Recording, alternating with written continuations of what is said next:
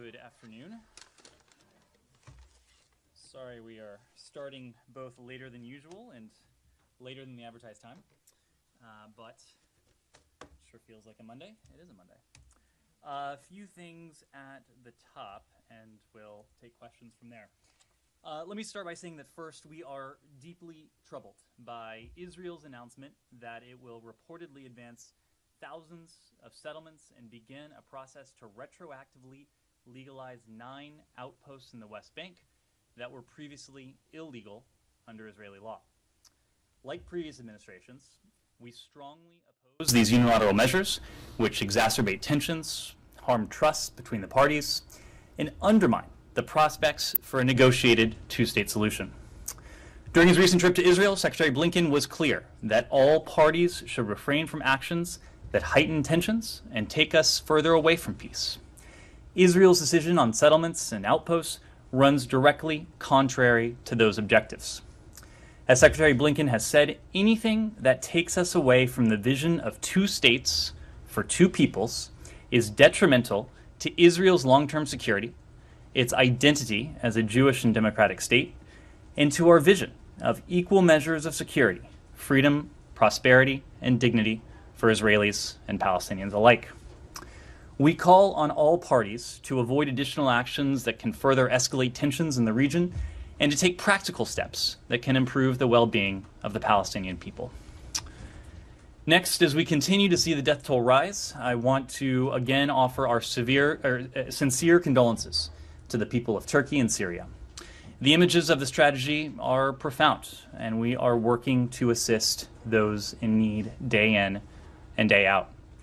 This earthquake has affected not only Syria and Turkey, but also the world, as we see the devastation and loss of human lives it has wrought. The United States continues to support search, rescue, recovery, and relief efforts, and to mobilize additional equipment and resources to assist with recovery and humanitarian response efforts in both Turkey and Syria. We commend the incredible dedication of humanitarian responders and rescue workers who are working around the clock under extraordinarily difficult circumstances. The international community has a moral obligation to do everything in its power to get aid into affected areas of Syria. That includes urgently coming together in the United States Security Council to authorize additional crossing points from Turkey. As we saw this past week, having only one crossing means there's a single point of failure. We echo the repeated calls of UN officials for the UN Security Council to authorize additional border crossings to help deliver life-saving aid to people in the northwest of Syria. Ambassador Thomas Greenfield put it well in her statement last night, as she said, "People in the affected areas are counting on us. They are appealing to our common humanity to help in their moment of need. We cannot let them down." This is not a political issue, it is a human one. To our friend and ally Turkey, we will be with you every step of the way. To the people of Syria, we are sending you precisely the same message.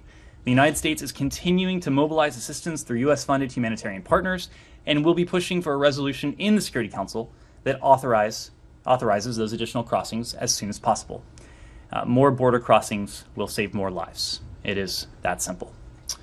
Next, we are deeply concerned by the Cambodian government's abrupt decision to revoke Voice of Democracy's media license. A free and independent press plays a critical role in functioning democracies, providing the public and decision makers with facts and holding governments to account. The decision is particularly troubling due to the chilling impact it will have on freedom of expression and on access to information ahead of the national elections in July. For more than 20 years, VOD has provided objective, fact-based reporting on issues that serve the interests of the Cambodian people. We urge Cambodian authorities to reverse this decision. And finally, as Secretary Blinken said in 2021, human trafficking is an affront to human rights. It's an affront to human dignity. This afternoon, Secretary Blinken chaired the Biden-Harris administration's second meeting of the cabinet-level President's Interagency Task Force to monitor and combat human trafficking.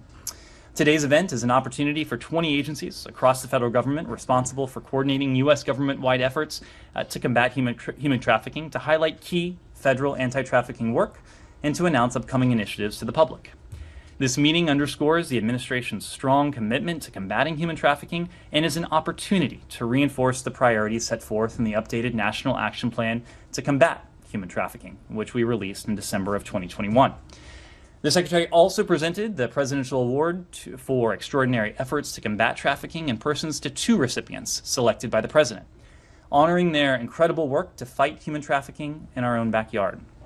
A member of the presidentially appointed U.S. Advisory Council on Human Trafficking spoke about the Council's work and recent recommendations.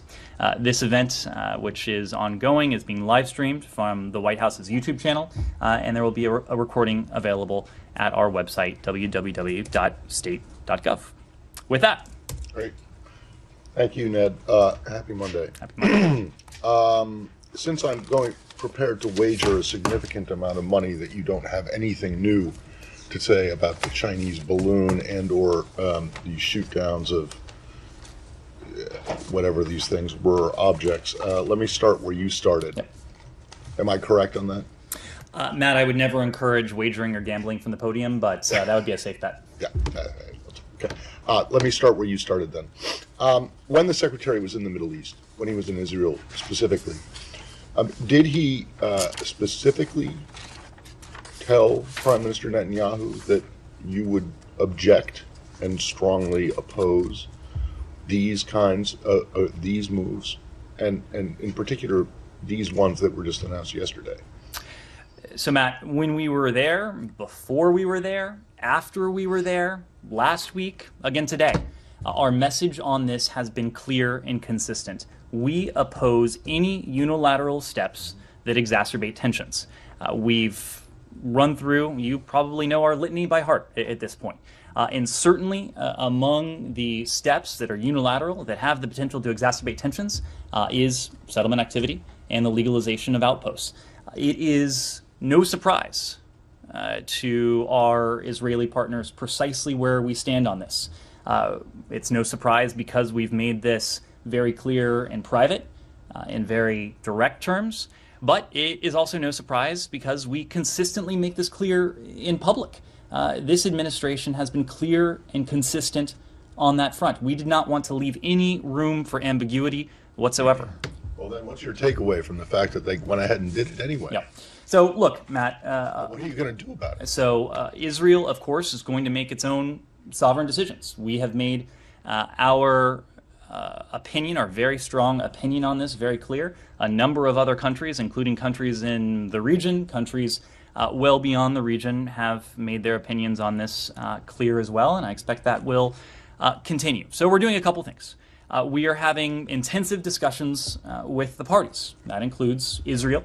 We're registering our deep concern over what we heard within recent hours. We're engaging with the Palestinians. We're engaging with other regional partners as well. And as I alluded to a moment ago, a number of regional partners have already spoken out about the announcement that has emanated from Israel. We are doing this bilaterally. We are doing this multilaterally with a much broader group of partners, including a number of partners who share the concerns that I just outlined and the concerns that you heard from Secretary Blinken in the statement that he issued just a few minutes ago. When it comes to our regional partners, this was part of the reason Secretary Blinken thought it was so important to travel to Israel, the West Bank, and Egypt now last month. This is a regional effort in which we are engaged to do everything we can to de-escalate, to support the de-escalation of tensions. Now, ultimately, it is incumbent on the parties themselves to take steps that serve that purpose. And the reason we're voicing such strong concern and such deep trouble over what we've heard from Israel in recent hours is because it does precisely the opposite. This is a unilateral step that certainly does not de-escalate tensions. It has the potential to do quite the opposite. Beyond that, Matt, the Secretary's statement and the topper that I just ran through, it made a reference of encouragement to all parties to take additional actions that can further de-escalate tensions in the region and take practical steps to improve the well-being of the Palestinian people. Since the earliest days of this administration, we have been focused on those practical steps. We were in a position to have to restart the relationship with both the Palestinian Authority and the Palestinian people essentially from scratch. That was an early priority of ours. We resumed those relationships, and we've resumed the humanitarian assistance to the Palestinian people. Over the past 2 years now, we've contributed more than $900 million to the Palestinian people as part of an effort to improve their well-being in very practical ways. We are committed to a two-state solution. You've heard that in the Secretary's statement today. You heard that when he spoke to J Street a number of weeks ago now. You heard this from the President when he was in the region, from Secretary Blinken when he was in the region more recently. We are going to continue to work with the parties, with Israelis and Palestinians in the first instance, but parties in the region, parties in some cases well beyond the region, to do everything we can to keep the prospects of a two-state solution alive. The thing is, though, that Ned, you had intensive discussions. You just said, what are you doing in response? And you said you were engaged in intensive discussions with the parties and with our friends and allies in the region, whatever. But you had intensive discussions with the Prime Minister, with President Abbas, less than 2 weeks ago, less than 10 days ago. And it certainly looks like the Israelis just don't care. Because as you said, you made clear that these kinds of moves run counter and hurt one of your main priorities for the region. So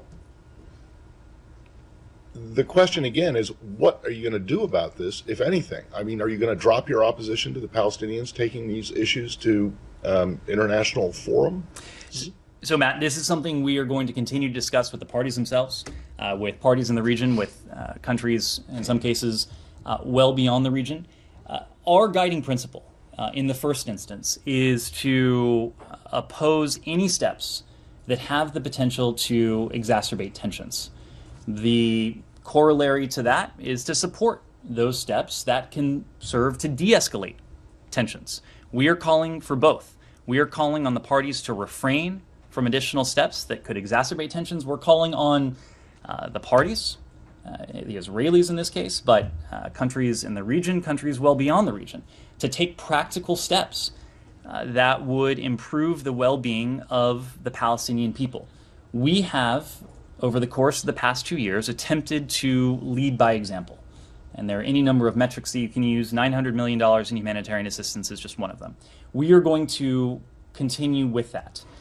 But right now, the first order of business is to tend to what is a very delicate situation, a situation that was made even more delicate over the past 24 hours by the announcements that have emanated from Israel. We are working to do all we can to support a de-escalation of tensions.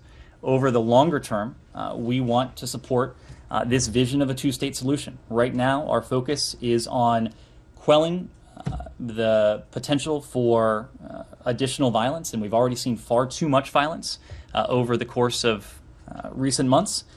But over the longer term, again, this is a vision that is predicated on two states for two peoples with equal measures for Palestinians and Israelis of security, of prosperity, of freedom, of democracy, of dignity. That remains our intention over the longer term. Saeed. Can I follow up on that?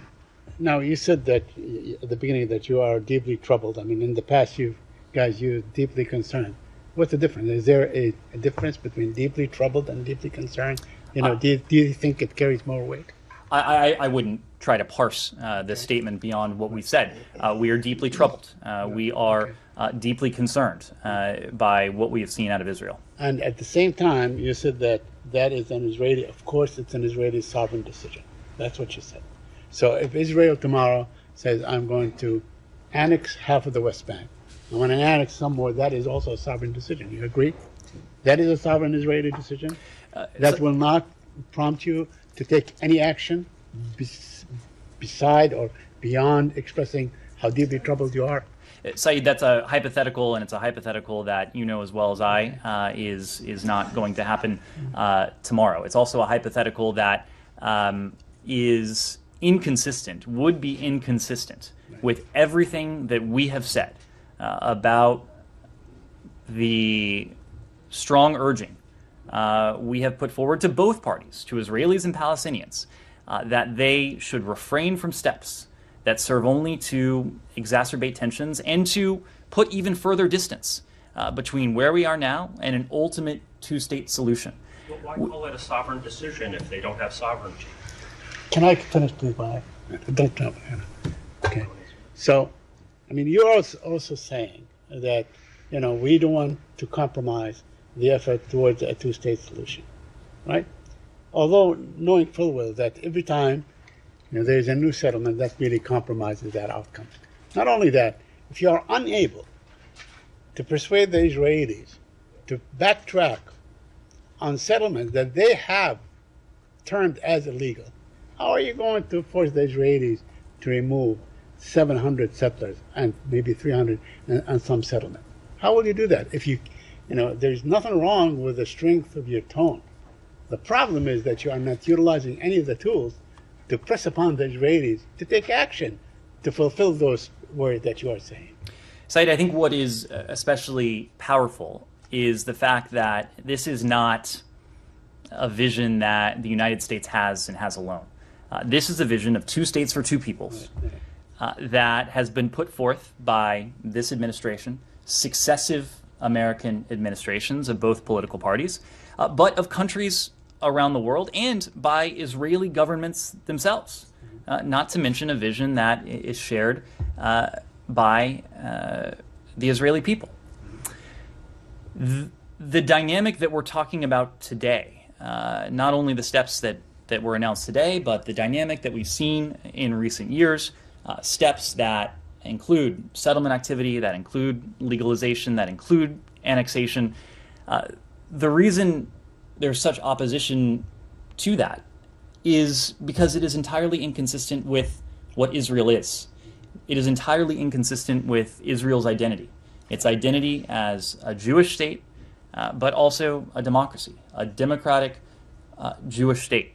We are going to continue to use our voice. We are going to continue to engage with the parties. We are going to continue to engage in diplomacy bilaterally, multilaterally, to take steps that, one, would serve to de-escalate tensions, but two, over the longer term, to protect and ultimately advance the prospect of that two-state solution. Mm-hmm. Also, Israel's identity is an occupying power, of the West Bank, of the Palestinian territories. And, you're a signatory to all the international protocols that that have a very clear definition as to what a war crime is. Settlement of occupied territory is designated as a war crime. Do you consider settlement in the West Bank to be a war crime? Said, I'm not even going to entertain that question. We believe in a two-state solution, a two-state solution in which Israelis and Palestinians are living side by side in states of their own, where they can enjoy equal measures of prosperity, of democracy, of dignity, of security, and stability in their own states. That is the vision we put forward. That's the vision that countries around the world share. That's the vision that Israelis and Palestinians also share. And look, my last one. Now, the Israeli Prime Minister said that this was in response to Palestinian terrorism or the uptick in violence and so on. Isn't that a form of collective punishment? Do you agree that this is a form of collective punishment when you seal homes, demolish homes, arrest mothers and fathers and daughters and sons and so on, banish them and so on? Is that collective punishment? I'm not going to characterize. It's very simple. Do you consider that to be collective punishment? I'm just not going to characterize the way any individual Israeli official has explained this. What I will characterize is our position on these moves. Our position is that we're deeply troubled. We're concerned. We oppose these moves precisely because they serve to move us away from that vision of a two-state solution, that has been the guiding principle of successive American administrations, that has been at the core of the vision of countries in the region, and frankly is one that is shared by those in the region. Yeah, Simon. So, sort of put this another way, during the trip last week, You mentioned this desire to rebuild the relationship with the Palestinians, with the Palestinian Authority. The secretary, in meeting with President Abbas, specifically mentioned legalization of outposts, right? Is there a credibility issue here for Palestinians if you're asking them to, you're asking them to do things in this meeting, and you're coming after meeting Israeli officials, and days later, this ends up happening. So what are Palestinians who you're trying to rebuild the relationship with? What are they supposed to take from that? Well, if they listen to our statements not only today, but again, over the course of this administration, over the course of successive administrations, just as to Matt's earlier question, our Israeli partners know where we stand, our Palestinian partners also know where we stand. There's also an important note that I've already alluded to in the statement that the Secretary issued earlier today. He called on parties, countries, to take practical steps that can improve the well-being of the Palestinian people. The Palestinian people have, in many ways, been deprived of opportunity, they've been deprived of prosperity, they've been deprived of hope. As we seek to maintain the viability of a two-state solution, a vision of two peoples and two states living side by side, part of our focus right now is to instill and engender more hope, to give them the hope that there is a brighter future on the horizon. We are trying to mitigate the damage, and we're trying to preserve the viability of that vision, a vision that they want, a vision that we want, a vision that the region, by and large, wants. Is it fair to say that there was this Fenzil plan, U.S. security coordinator's plan, and you had some officials stay behind after the trip to try to sort of work something out.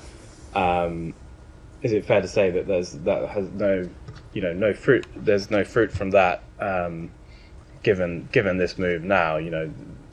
Can we say that anything was achieved by that work? Well, if your question is if we're giving up hope on efforts to de-escalate tensions, the answer is an unequivocal no. Two senior State Department officials did remain behind when we were in Israel and the West Bank last month, I suppose it was earlier this month now, to hear ideas from the parties about steps that they themselves would have to be in a position to take to de-escalate tensions. Now, the step that was announced from Israel yesterday now, that was not a step in that direction. It was a step in the opposite direction, unfortunately. But our commitment to engage with the parties, to work with the parties, to support the parties as they seek to de-escalate tensions, to end this cycle of violence, our commitment is steadfast. We are doing that, and we will do that with the parties themselves. We will do that with our partners in the region. It's one of the reasons why Secretary Blinken thought it important to go to Egypt before we traveled to Israel and the West Bank. There are other countries in the Middle East who have and will continue to play a constructive role with both parties, and we're going to continue to engage with them. At the risk of being repetitive, there is no consequence in terms of you're not looking at various U.S. aid to Israel, for example, a country so openly defying Secretary of State in this way. Would you consider any consequences beyond, deeply troubled and intensive discussions? So I'll make a couple points. One, Israel is a partner of the United States. It is among the closest partners we have. It is not only shared interests, but it is the shared values that have long been at the core of the relationship between our two countries since 1948, when President Truman recognized the State of Israel, I think 8 minutes after Israel declared itself independent. Part of that relationship is a rock-solid commitment to Israel's security. There is no question that Israel faces threats to its own security. We have seen examples of that, just horrific examples of that in recent days alone. At the same time, and this goes back to what I was saying about the shared values being at the core of our relationship, we have the United States, over the course of 70 plus years now, has supported a two-state solution as the only viable means by which to preserve Israel's identity as a Jewish state and a democracy. So we are going to continue to support that. We are going to continue to stand by Israel's side when it comes to the security threats that it faces, even as we use our voice and we coordinate with other parties and partners in the region to oppose these sorts of steps that actually undermine the prospect for that very two-state solution. Camilla. Just one follow-up on Israel and then one on China. I think it's fair to say that Israel faces a threat from within. You've seen the protests in Tel Aviv over the weekend, and even more protests, tens of thousands marching in Jerusalem today. Do you have any new comment on Netanyahu's government's continuing intention to limit Israel's Supreme Court powers? These are decisions for the Israeli people. I am sure all of you remember what the secretary said when he was standing next to Prime Minister Netanyahu in Jerusalem. I'm sure all of you read what the president told the New York Times yesterday as well. Standing next to Prime Minister Netanyahu, the secretary noted the recognition that we have in this country, but that democracies around the world have, that building consensus for new proposals is the most effective way to ensure they're embraced and that they endure. Similarly, President Biden told the New York Times yesterday that the genius of American democracy and Israeli democracy is that they're both built on strong institutions, on checks and balances, on an open, independent judiciary. Building consensus for fundamental changes is really important to ensure that the people buy into them so they can be sustained. Ultimately, these proposals are not a question for the United States. They're a question for the Israeli people. What we have shared in public now a couple times and in private as well is the experience that we have in this country, is the experience that democracies around the world have had about the process by which proposals are tabled and debated and taken up and advanced or not. That's what we've commented on. And can I pivot to China? Anything else on Israel? On China. Go ahead and go ahead, Camilla, and we'll come back. Is the secretary going to, or is there an active intention to meet with Wang Yi in Munich later this week? And have you had, since last week, since these objects have been shot down, have you had any interaction with Chinese counterparts in DC? So the answer to that second question is yes. We believe in keeping lines of communication open. We think that is important. It's especially important in some ways at times of tension.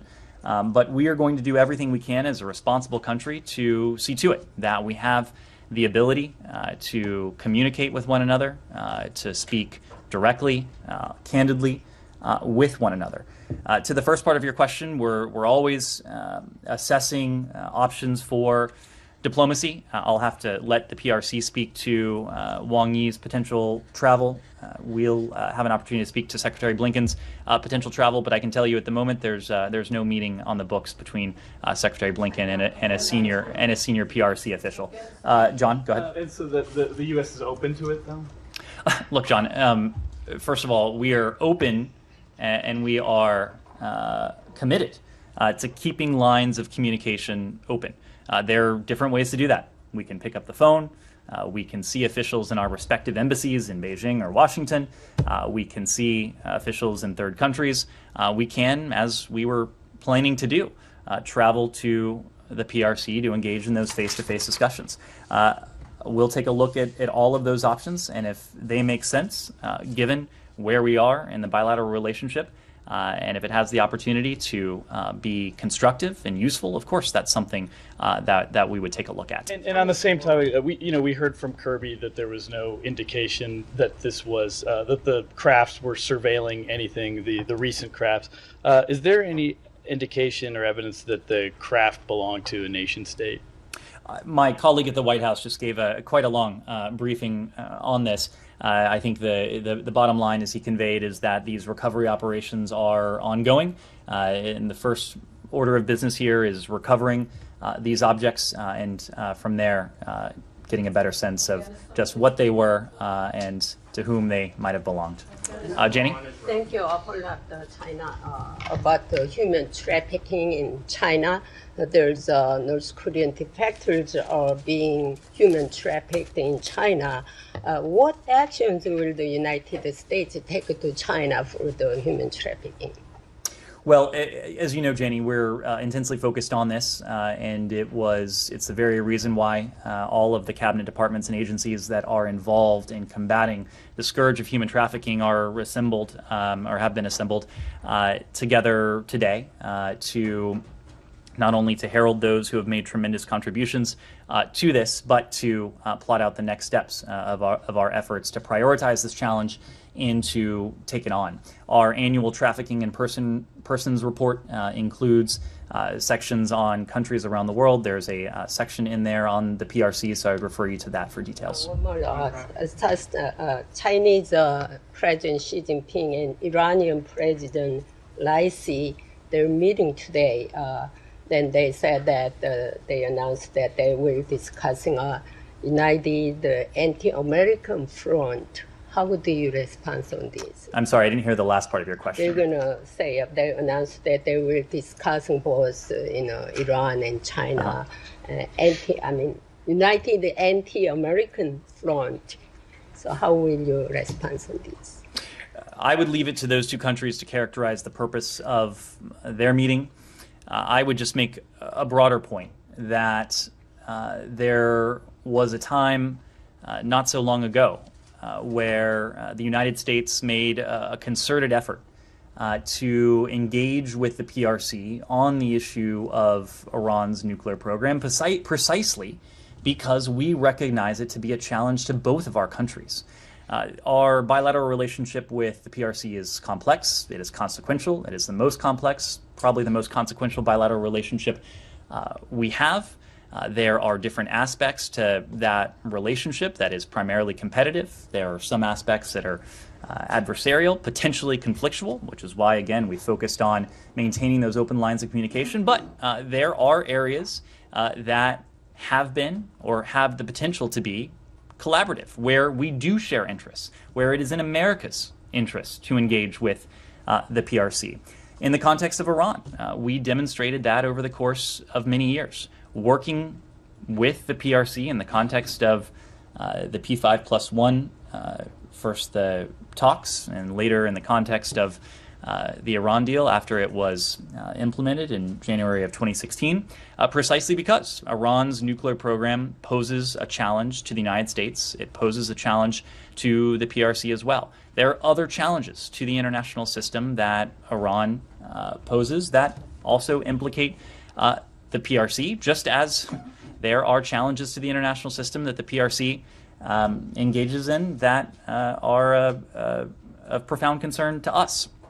So I will leave it to these countries to discuss the point of this meeting. Each country is going to have to determine the nature of its relationship with the PRC.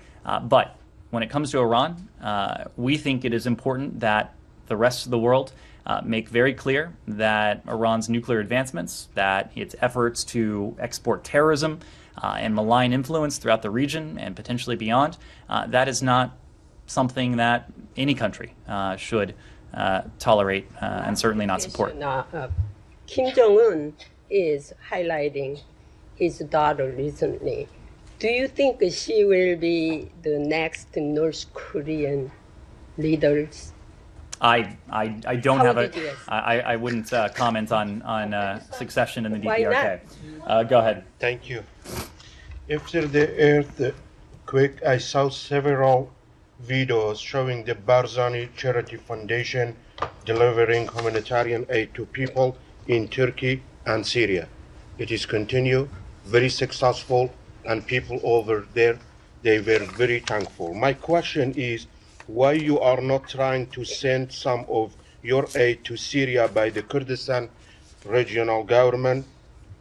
Do you believe your allied as Kurdistan regional government can provide good assistance to the delivery of aid to Syria, and especially Afrin city and around of Afrin? Well, to the first part of your country, first part of your question, excuse me, we are calling on countries around the world to do everything they can to support the people of Turkey and Syria. We're doing that in this country. This is an effort that transcends the federal government. This is an effort where, once again, we've seen the generosity of spirit of the American people rise to the occasion. Yesterday during the Super Bowl, we saw another example of that, of Americans having the opportunity and Americans taking advantage of the opportunity to provide much needed support to the people of Turkey and Syria. As you know, our response on both sides of the border began almost immediately upon the news of the earthquakes last week. On the Syrian side of the border, to your question, there were independent NGOs that were able to respond within minutes of the earthquake, precisely because the United States has been the world's leading humanitarian provider to the Syrian people since 2011, since the outbreak of the civil war in Syria. We have supported the Syrian people both inside Syria and Syrian people throughout the region to the tune of some $15 billion over the course of those dozen years. Now, the needs on both sides of the border are enormous. When it comes to the Syrian side of the border, there are obviously additional complications there, owing to the operating environment, owing to the fact that the Assad regime, with the backing of Russia, had heretofore at least allowed only a single humanitarian crossing for aid to traverse from Turkey into Syria. We want to see that changed. We want to see all countries, including Russia, that has again, until now, refused to do so, stand on the side of the Syrian people and show that they can put political considerations aside in the face of profound suffering and profound need and do the right thing, something they have refused to do here in recent years, precisely so that additional humanitarian aid can flow to the Syrian people. We're going to look at all potential and appropriate ways to provide aid to the Syrian people. We want to see that possibility opened to the aperture opened even wider with additional humanitarian crossings. I need to move around. Yes, go ahead. This issue on Syria. The second round of US-Pakistan mid-level defense dialogue began in Washington today, as per reports. What more you could tell us about these meetings? What is the agenda? And also, when is Councillor Derek going to Pakistan? Because it was said last week that he's going to be visiting Pakistan this week. Could you tell us about the visit? Sure. So on your question on the dialogue, this is a dialogue that is administered by our colleagues at the Department of Defense, so I would need to refer you to them for the specifics of these discussions. But the broader point is that we maintain a dialogue with Pakistan on a broad range of issues. We maintain productive engagement with our Pakistani partners at all levels of government. We have a shared interest in combating what are, in some cases, shared threats to regional security and to the security of our respective countries. We seek a strong partnership with Pakistan on counterterrorism. We look forward to cooperative efforts to eliminate regional and global terrorists and other security threats.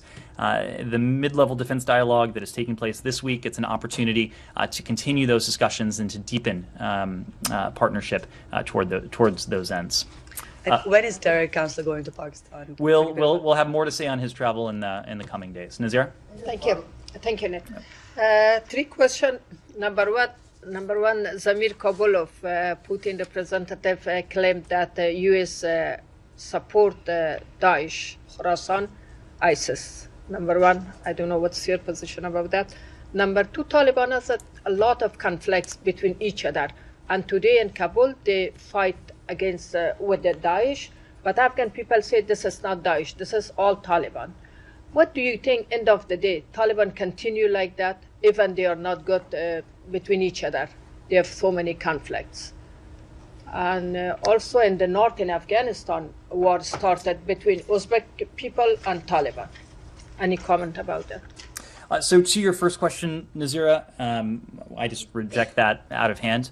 No country has done more to combat the specter of ISIS or Daesh than the United States. It was in 2014 and 2015 and that the United States corralled, organized, and since then has led the global coalition to defeat ISIS. And not only have we led it, but we have led it effectively with dozens of countries, some 70 countries from around the world, including some of our partners in South Asia who have joined these efforts. You can look at the effectiveness and success of that leadership and that campaign in any number of ways, but if you take a look at the land that ISIS held in the Middle East and parts of Iraq and Syria in 2014 and 2015 compared to where we are now, there is a clear recognition that because of this coalition that America has continued to lead, Daesh has been decimated. We have wrested much of its territorial stronghold away from it. Its so-called caliphate is no more. We continue to be focused on ISIS and its affiliates around the world. Of course, there is a especially dangerous affiliate in Afghanistan, ISIS-K. We've seen the lethality of ISIS-K. No American needs reminding of the danger this group posed as our troops are withdrawing from Afghanistan in August of 2021. President Biden has made a solemn commitment to remain focused on ISIS-K and, if necessary, to take action against it if we see plots emanate that are targeting the United States and our partners.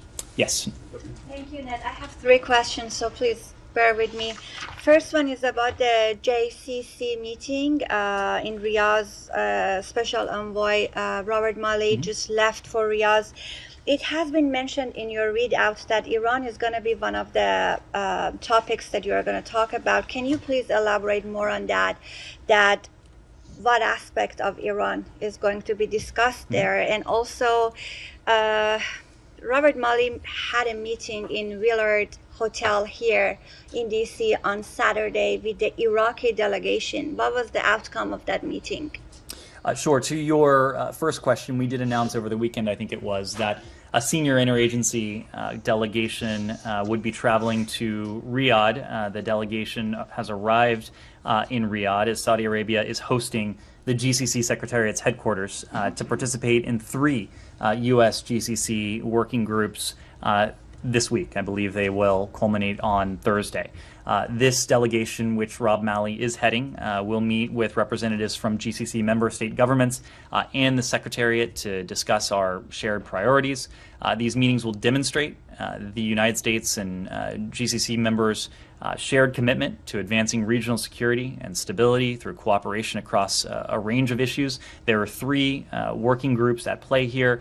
One focuses on integrated air and missile defense and maritime security. There's a working group that is focused on Iran and the challenges that it poses, and there's a 3rd working group that will focus on counterterrorism. And so the delegation will engage in all of those working groups.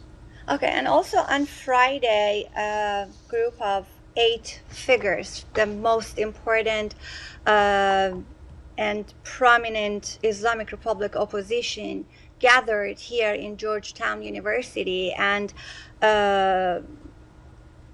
they announced a sort of a so-called qualification. We are expecting a charter to form a united front against the Islamic Republic of Iran to be published by the end of February. This is the first time that the opposition, including Prince Reza Pahlavi, Masih Ali-Nejad, Nazanin Boniadi, are coming together, forming a coalition. What's your reaction to that? Are you welcoming that? And previously, you here at the State Department, you hosted Nazanin Boniadi. Are you planning to continue this sort of contact and talks with them? Well, of course, no one, including the U.S. government, can claim to speak for the people inside of Iran. Only they can do that. Our job, of course, is to listen to them and to support them in every appropriate way we can. We are also listening very closely to leaders of the diaspora community. We want to hear from them, their thoughts, their perspectives, knowing that many of them have direct relatives who are in Iran. The Secretary has met with members of the diaspora, as have the Deputy Secretary, and in some cases heard just harrowing tales of the repression and violence that their relatives, family, friends have suffered at the hands of the regime. So this is a task that we do every day. We want to hear from a wide array of voices so we can see to it that we're best supporting the aspirations of the people of Iran. Go ahead. And the last question, Okay. sorry, I said 3, it's about Iranian drones.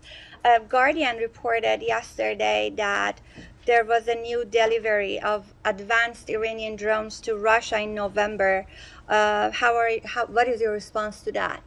I'm not in a position to confirm that specific report, but the broader trend line is something, certainly something we've warned about for the better part of a year now. We have been warning since mid last year of this burgeoning military and security relationship between Iran and Russia. That has been not just a one-way street with Iran providing UAV technology to Russia, but it's been a two-way street with Russia in turn providing Iran with wares that it needs and it wishes to have for its own military and security services.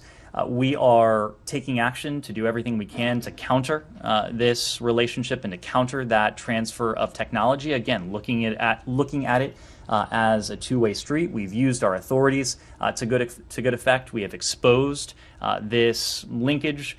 We are continuing to galvanize countries around the world to maintain the focus on this and to do everything we can as responsible countries around the world to counter what is a profound threat to the people of Ukraine, but also a security relationship that has the potential to be a threat to people well beyond.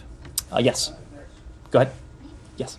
Thank you. NATO chief last week at the press conference with Secretary Blinken talked about Chinese increased surveillance activities in Europe. China is conducting. What is the U.S. assessment of China's surveillance programs in the Western Balkans in particular? Are you seeing anything that concerns you and the NATO? And are there any spying balloons in the Western Balkans? So we did release some additional information last week. I recognize it was not enough information to satisfy the questions and curiosity of most of you in this room, but we did note that when it comes to this program, the extensive, almost global nature of it. 5 continents, some 40 countries whose sovereignty has been violated by this particular PRC balloon program. For reasons that are probably self-evident, we aren't naming the countries that have been subjected to this, but what we are doing is engaging directly and privately with those countries to share with them what we know, to hear from them what they know, recognizing that this is a shared challenge. And just as we do with all of the challenges that the PRC poses to the rules-based order, we know that we're always going to be in a stronger position. We're always going to be in a more effective position to address those challenges when we're working with our allies and partners. That certainly includes our allies and partners in Europe. NATO, as an alliance, has recognized what it calls, I believe, the systemic challenge that the PRC poses to the rules-based order. This is something on which we've seen a great deal of convergence between the United States, Europe, NATO, and countries around the world. Yeah, go ahead. On the warning to Americans in Russia to leave immediately, do you have a sense of how many Americans are there? Have you received any outreach from Americans that are trying to leave? What's the plan for the embassy? And why now? We've been knowing that this has been a concern for a while. Why is this re-upped? I'm glad you ended there because that's where I wanted to start. This is not new guidance that we are providing to the American people. We have been warning the American people for months now that they should not travel to Russia. And we've been warning Americans who may have been in Russia that now is not the time to be in Russia and that they should depart immediately. What we did do, and we often reissue what is known as our travel advisories for countries around the world. But we reissued our travel advisory for Russia with several updates, and that includes information regarding dual national military conscription, martial law in Russian areas bordering Ukraine, limitations on Embassy Moscow staff use of airlines, and Russian legislative changes permitting prosecution of those who quote-unquote discredit Russia or advocate for the rights of LGBTQI plus persons and consular services in Russian-occupied areas of Ukraine. So these are changes that are material to the American citizen community in Russia, but again, our message should be that Americans should depart Russia. They should depart Russia immediately, owing to a number of risks that are spelled out in much greater detail in that broader travel advisory. How real is the threat of them being drafted or forced to serve in the Russian army? Well, again, it's going to be based on the individual, but it is a concern we have to the extent that we thought it prudent to reissue our travel advisory, warning against the possibility of conscription for dual nationals. This is not something that we want Americans to consider, precisely because we want them to leave Russia. We do not want them to leave themselves subject to these or any other measures that could put them in grave danger. Thank you. Excuse me? I'll go to you next, Alex. To Nicaragua. Sure. Did you have a follow-up on that, Alex? Please, okay, and then I'll come back. Sure. Okay, thanks so much. And this comes, days after U.S. embassy diplomats got threatened, warned by Russian government. I'm just trying to find if there's any connection there. Also, I asked previously the state of U.S. business.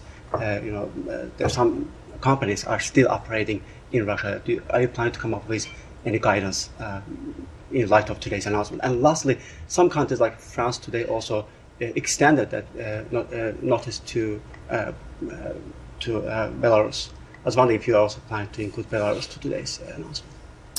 So we are constantly looking at conditions within each individual country and updating our travel advisories as appropriate. That's precisely what we did in the case of Russia. Should conditions warrant, we'll update the travel advisory for Belarus as well. When it comes to American businesses are going to have to make their own decisions based on a variety of factors. Legal constraints, sanctions, the economic viability of their model, reputational concerns with operating in a place like Russia. This is not a decision we can make for companies. These are decisions that companies will have to make for themselves. What we are encouraging, of course, is that Americans, including American business people working for whether they're American companies or multinationals or conglomerates, that they not be in Russia because those individuals are subject to undue risk. The fact is that about 1,000 American companies have fled the Russian marketplace since the start of Russia's invasion of Ukraine. They have not done that because they have been prohibited by the U.S. government from operating in Russia. They have done that based on their own calculations. And in some cases, the Russian government has reinforced that very same message by threatening to seize assets, by threatening to take extra legal actions against these companies that pose a threat to their people, that pose a threat to their business model, that pose a threat to their viability. So a number of countries have heeded our advice, and a number of them have come to their own decisions on that front. Go ahead. Nicaragua. Sure. Following up on the release of prisoners on Thursday, on Friday, I believe it was, Nicaragua sentenced to more than 2 decades in prison Bishop Alvarez, who apparently was offered and did not come to Washington. Do you have any reaction to that and what this says about any budding thaw, normalization, or a better relationship with Nicaragua? Well, let me first start with the action that you mentioned. We condemn this action by the government of Nicaragua, and we urge Bishop Alvarez's immediate release. We also appreciate Pope Francis's strong advocacy for Bishop Alvarez. We continue to call for the release of individuals imprisoned in Nicaragua for exercising their fundamental freedoms, and we remain steadfast in encouraging the government to restore civil liberties and democracy for the Nicaraguan people. When we spoke late last week about the arrival of 222 former political prisoners from Nicaragua into the United States, we made very clear this was a welcome step, this was a constructive step, but this was in no way a panacea for the many concerns we have with the Nicaraguan regime, including the repression and oppression